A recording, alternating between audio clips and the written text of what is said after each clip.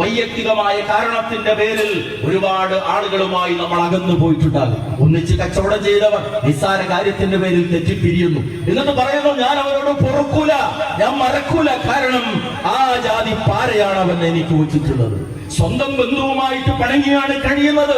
നിസ്സാര പ്രശ്നത്തിന്റെ പേരിൽ മകളുടെ നിക്കാഹിന് എന്നോട് പറഞ്ഞില്ല, നിശ്ചയത്തിന് എന്നെ കാരണവരായി വെച്ചില്ല, ഇങ്ങനെയൊക്കെയുള്ള കാരണത്തിന്റെ പേരിൽ. എന്നിട്ട് നമ്മൾ മുസല്ലയിൽ വന്നിട്ട് റബ്ബിന്റെ നേരെ കൈയുയർത്തി പ്രാർത്ഥിക്കുന്നു, അല്ലാഹുവേ നീ എന്നോട് പൊറുക്കണമേ, നീ എന്നോട് മറക്കണമേ.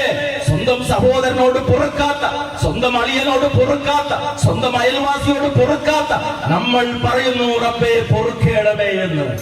മഹാനായ അബൂബക്കർ സിദ്ദീഖ് റളിയല്ലാഹു അൻഹു, നിങ്ങൾ മുഴുവൻ ആളുകളുടെ ഈമാൻ ഒരു തുലാസിന്റെ തട്ടിലും അബൂബക്കറിന്റെ ഈമാൻ ഒരു തുലാസ്, ആ തുലാസിന്റെ മറുതട്ടിലും വെച്ചാൽ അബൂബക്കറിന്റെ ഈമാൻ വെച്ച തട്ടാകും ഭാരം തൂങ്ങുക എന്ന് റസൂലുള്ളാഹി പഠിപ്പിച്ച അബൂബക്കറും ഫിൽ ജന്ന എന്ന് റസൂലുള്ളാഹി സ്വല്ലല്ലാഹു അലൈഹി വസല്ലം സ്വന്തം നാവ് കൊണ്ട് പറഞ്ഞ മഹാനായ അബൂബക്കർ സിദ്ദീഖ് റളിയല്ലാഹു അൻഹു.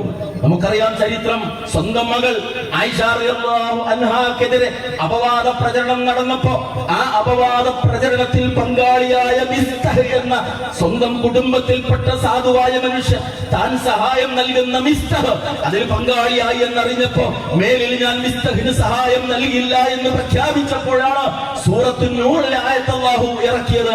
വലാ യഅ്തലൂൽ ഫദ്ലി മിൻകും വസ്സഅ എന്ന് തുടങ്ങുന്ന ആയത്ത്.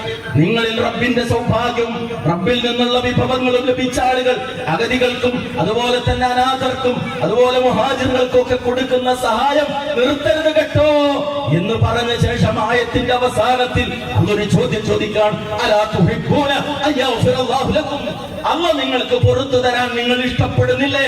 അല്ലാഹു നിങ്ങൾക്ക് പൊറുക്കണമെന്ന് നിങ്ങൾ ആഗ്രഹിക്കുന്നുവെങ്കിൽ എന്തേ നിന്റെ പെങ്ങളോട് നിനക്ക് പൊറുത്തൂടാ? എന്തേ നിന്റെ അളിയനോട് നിനക്ക് പൊറുത്തൂടാ? എന്തേ നിന്റെ സഹോദരനോട് നിനക്ക് പൊറുത്തൂടാ? സ്വന്തക്കാരോട് പൊറുക്കാത്ത നമ്മൾ അല്ലാഹുവിനോട് എങ്ങനെയാ പൊറുക്കണമെന്ന് പറയുക? അതുകൊണ്ട് അകന്നുപോയ ബന്ധത്തിന്റെ കണ്ണികളെ വിളക്കി ചേർക്കാൻ, അറ്റുപോയ ബന്ധങ്ങളെ കൂട്ടിയോജിപ്പിക്കാൻ ഈ പരിശുദ്ധ ദിനം നമ്മൾ ഉപയോഗപ്പെടുത്തും. ഈഗോ വേണ്ട, കയറി ചെല്ലുക, സലാം പറയുക, മാപ്പാക്കാൻ വേണ്ടി പറയുക.